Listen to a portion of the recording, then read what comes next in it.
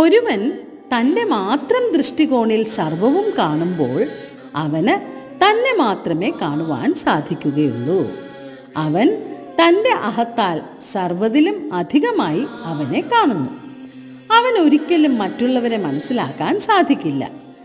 എന്നവൻ ലോകത്തിനെ സത്യത്തിൻ്റെ ദൃഷ്ടിയിൽ കാണുന്നുവോ അന്ന് മാത്രമേ അവന് സ്വസ്ഥതയും ഉണ്ടാകുകയുള്ളൂ. ഒരു വ്യക്തിക്ക് ഒരിക്കലും മറ്റുള്ള വ്യക്തികളെ കുറ്റപ്പെടുത്തുവാൻ അർഹതയില്ല. കാരണം എല്ലാ പേരും സൃഷ്ടിക്കപ്പെട്ടത് ഒരൊറ്റ ബിന്ദുവിൽ നിന്നുള്ള ഊർജത്താലാണ്. എന്നാൽ ജന്മാന്തരങ്ങളായി ആർജിച്ചു വന്ന വ്യത്യസ്തമായ സംസ്കാര അവസ്ഥകൾ കാരണം പലതരത്തിലുള്ള വികാര വിചാരങ്ങളിലേക്കും ദോഷ സംസ്കാരങ്ങളാൽ രോഗാവസ്ഥകളിലേക്കും ചെന്നെത്തപ്പെടുകയാണിവിടെ.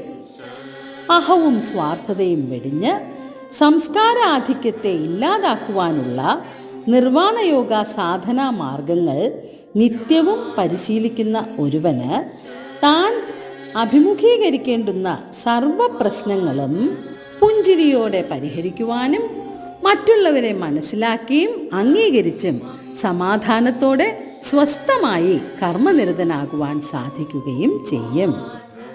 ഇത് സംപൂജ്യ ഗുരുജി ബോധിസത്വൻ മാധവാചാര്യൻ്റെ സ്നേഹതത്വം.